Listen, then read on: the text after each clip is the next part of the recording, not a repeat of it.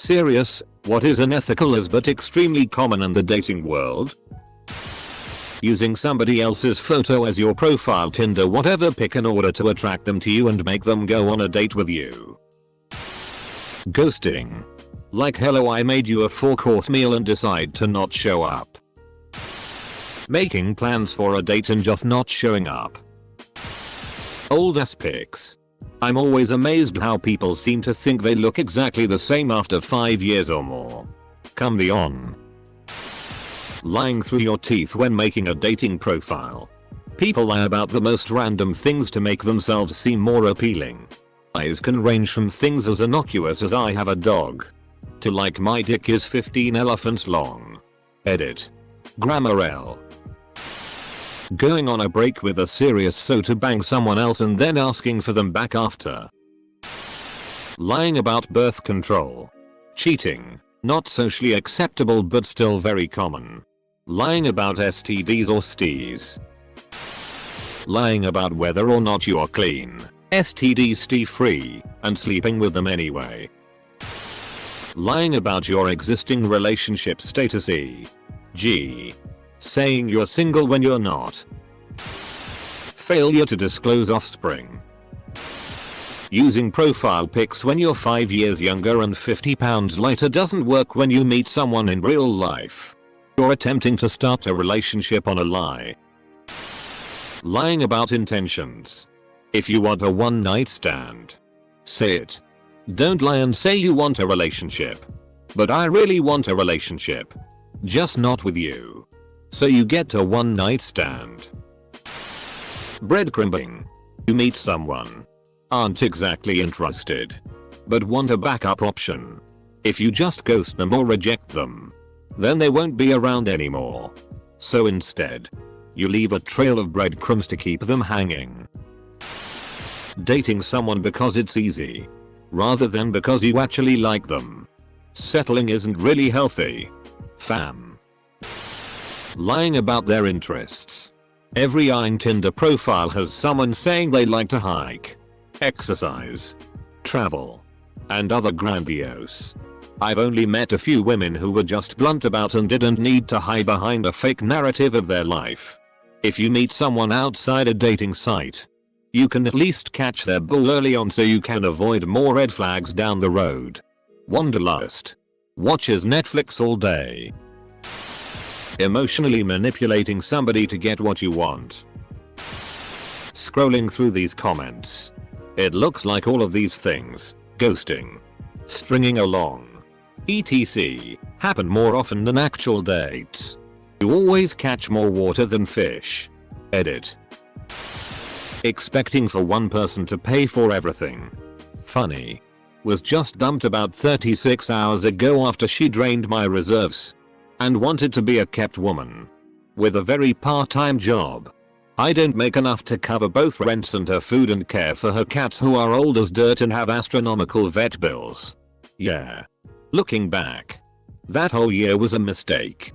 Stealthing. It's when someone has told you they put on a condom, but at some point they take it off and continue having sex without a condom against your consent. It's an awful violating feeling to find out this has happened to you. I had this happen to me. While I was also drunk and the man was sober, even drunk me knew he needed a condom, and ended up pregnant. And then miscarrying. And having to get STD testing and therapy. Made for an awful few months and absolutely should be illegal as. A guy I know lied about his age when he started dating a 16-year-old he met online. He was 27. I don't know how common this is, but it's set up. Having side dudes chicks as Ed and people do it all the time. There are memes and jokes about it but it really hurts to have someone date you and someone else regularly. It messes with you. Going on breaks in a relationship. But in reality they are doing more than going on a break? Not sure exactly. I probably like your dog better. Oh that's great because my dog is only into bitches. Scouting. When a man or woman makes dates with several people simultaneously on the same night. Then waits until right before the date to decide which one to actually go out with. And cancelling on the other people. Leading people on even though you have no intentions of dating or even meeting up with that person. After reading through 15-20 of these. Holy. People actually do this? I have been out of the dating scene for a long time now. But the way I picked up women was just treating them like everyone else. Some of the in the thread is horrid. Everything in this thread is reminding me why I'm glad I'm not dating at the moment. Everything in this thread is why I'm still single and kind of too afraid to start one. Being controlling and saying I'm just jealous because I love you. That doesn't mean you get to go through my phone all the time. Karen. Ghosting. I think that's the most horrible way to end a relationship of any sort. So cruel. Childish and unnecessary. It's not even the rejection that's so bad. It's wondering if you did something or said something wrong. I would prefer if the person just said I don't like you, never contact me again. At least you have some closure. I've been ghosted 4 or 5 times now. Honestly, once I send a message and I don't hear back within the day, I move on. Saying that you're not official and somehow it's okay to hurt the other person. I'm talking about people who string others along over 3+ weeks. Sleep with them. Talk to them every day. Share really personal details and involve them in some aspect of their daily life or routine. Then pretending it was actually nothing and that they shouldn't be angry or upset because it wasn't official. Drugging people's drinks. Withholding information. No, I'm not married. This is a man ring. Sticking around long enough to have sex. And disappearing. People just berating their significant others in general. There is so much emotional abuse that happens in relationships without either party being aware that it's abuse. Going on about how much it hurt you when an ex cheated on you. How you can't imagine someone ever doing that to someone that loved them. Then doing it yourself. It lures us so into a false sense of security, knowing that if things are going to end they'll probably see it coming miles away, or that they won't be lied to, rather than being blindsided by infidelity. I've been married for 21 years. My wife and I are going through a separation. I was starting to look forward to dating in the future. Until I read this completely ed-up thread. Now I'm terrified. Guys who bareback on purpose. I just couldn't get the condom on. Right. Asterisk. Also. Arseholes who pretend not to hear no. It's always amusing to me how common ghosting is nowadays. It's like we all agreed that's completely normal dating behavior. Dating apps have ruined a lot of things for us. I've known of some people in the past who would date one person that they were mildly interested in while trying to win the heart of their true romantic interest at the same time. If they got rejected and it didn't work out with the person they liked, they would go back to their soul as a sort of safety blanket. It was really messed up. Those relationships were clearly toxic. Dick pics. You wouldn't do it in public. Why would you do it over the phone? When people don't even try to hide the fact that they're using you for their own selfish pleasure. Not mutual pleasure. Like, at least make me not regret taking off my comfy clothes to be disappointed for 3 minutes. Ghosting. Removing the condom without telling the other person. I've caught 3 different guys doing this. 2 of them got a serious earful and the third got a swift kick in the chest. And an earful. Someone consenting to sex with you doesn't mean that you can just do whatever you want without asking. Just randomly grabbing someone by the ass or hugging them when you're practically a stranger. It can only work at a bar or a club. In some countries it's becoming less common and shunned upon. Technically always is if you're fugly. Still common though in some places. Especially yellow fever gauges in Asia. Teachers dating students. Doctors, nurses dating patients, and former best friends trying to date their friends' exes. Like, seriously. Don't you know any other guy girl apart from your friend's ex? Is it assuming both parties are consenting adults? Isn't it unethical to tell someone they can't date just because it bothers you? Lying about whether you're looking for a relationship just to get laid. Speaking personally, right out of the gate I tell people I'm romantically interested and that I don't think I'm cut out for relationships and I'll probably never be exclusive with them. And we almost always end up having sex anyways. After that I end up being the side piece or the between relationships guy and I don't have to lie about my intentions. Most dudes aren't direct or confident enough to do this though. Dating when separated. At least in my experience they are not ready.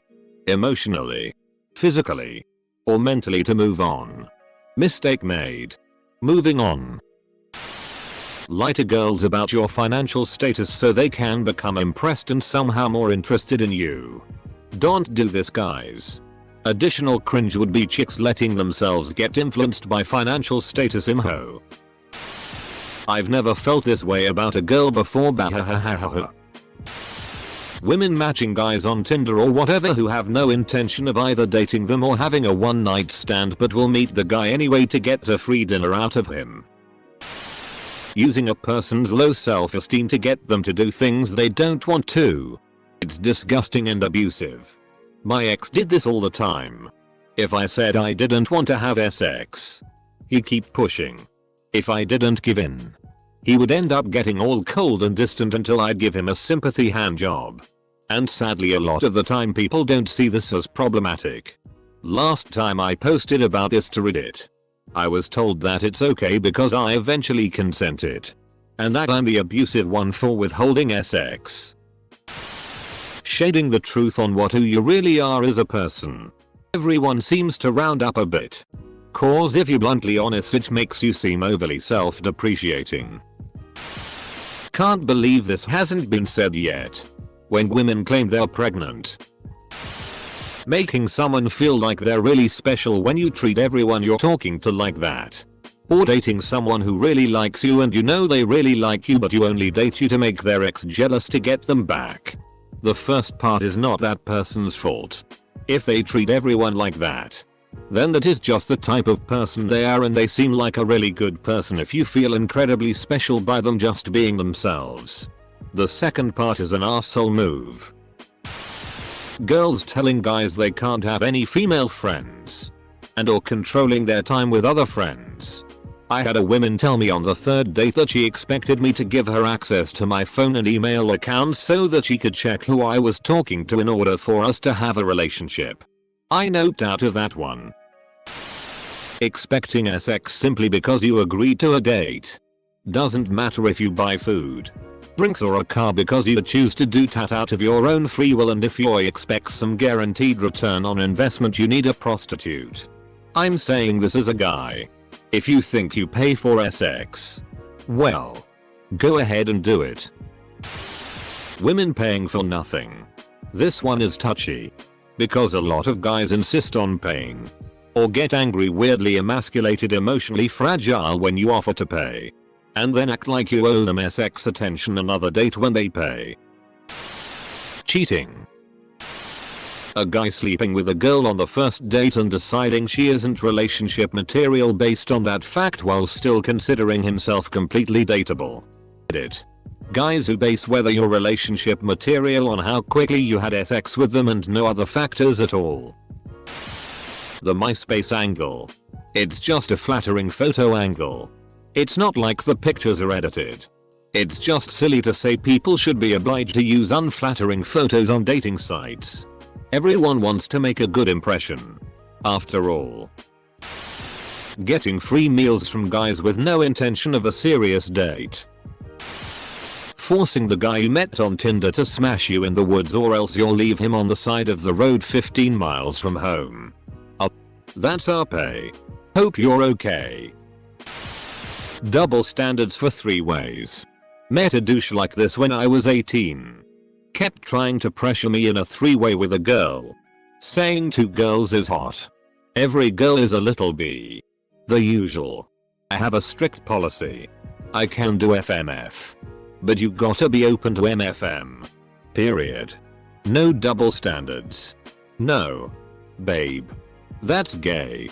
Fine. No FMF. But it's hot. You'll learn to love it. No. I'm fine if a dude says, I'm not into MFM. If you're into FMF without retribution, I'm all for trying it. But I won't force you. But don't go on. And on. And on. About how FMF is hot and MFM is you gay. This one may be specific to same-sex dating. But if you're poly, or want a threesome, or if you're straight and want to experiment, disclose it from the beginning. Don't treat queer women like a fantasy you're role-playing. Nothing is more irritating as an LGBT woman than talking to a cute girl for a while only for her to tell you she has a boyfriend or husband who's letting her explore her desires with a woman. Like, be upfront about it. I'm looking for a relationship, not to be a toy in someone's bedroom. It's especially gross when you realize that it's their boyfriend's fantasy too. And you have this entire other party you didn't consent to. Like, no. Stop. Why would you even? No. Double standards. You're not looking for anyone under 6 feet. I'm not looking for someone over 250 pounds. All good. Personal choices. But now apparently I'm misogynist. Lying about how often you post on Reddit. Be honest about it. And they will respect you for it. Like, women having height preferences on the men they date, but being upset if men have weight preferences on the women they date. Farting when someone is going down on you. People showing their friends nudes they receive. Those are for you and not other people unless whoever has sent them says otherwise. I believe that is extremely wrong. Not contacting your partner when you decide to break up. Yeah, let's not talk to each other and just pretend we don't know each other despite everything we went through. 1. Not getting your boyfriend a birthday present when you have the exact same birthday. And making him pay for your dinners and drinks because you spent all your cash on drugs for partying. 2. Making out with their best friend while they are high during your shared birthday when their boyfriend is literally within 30 meters of them. 3. Breaking up you with a text after going to your staff party as a +1 for some free drinks. 4. Coming to your partner's place of work after dumping him to have drinks with your friends. Then trying to kiss him on the cheek before you leave. I do not know why I dated this person for so long. Also, none of this is common at all, but I wanted to vent. Dude, your ex is a bitch. Dating to have your partner fix you. Whether it's an emotional problem, monetary problem or otherwise, it doesn't seem like the people I've been attracting recently want a relationship. I especially do not like the emotional fix types because often I see women who shouldn't be dating because they are so vulnerable and dependent on you to make them feel they dated. It's needy to the extreme and I don't trust either me or them not to become abusive later down the line. Constantly buying drinks and encouraging them to drink more than they otherwise would. Girl told me she'd had so many abortions that she could no longer get pregnant. Now I'm paying child support. Well, I mean, that already kinda sounds like a big red flag. Female on male domestic violence.